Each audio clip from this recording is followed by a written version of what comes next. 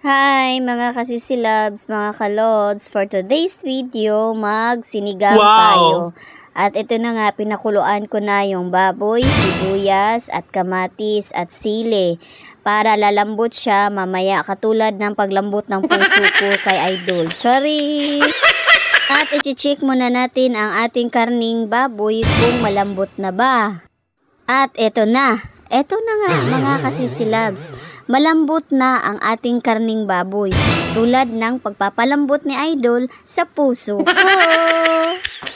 Kayo ba mga kasisilabs, mga kalods, pinapalambot ba yung puso nyo sa mga asawa nyo?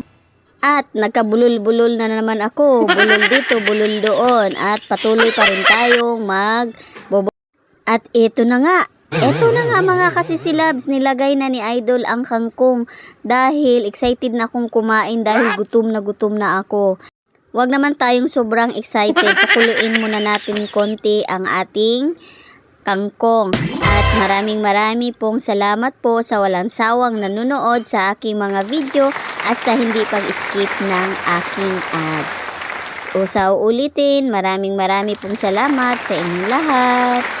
Thank you very much, and thank you for watching my videos.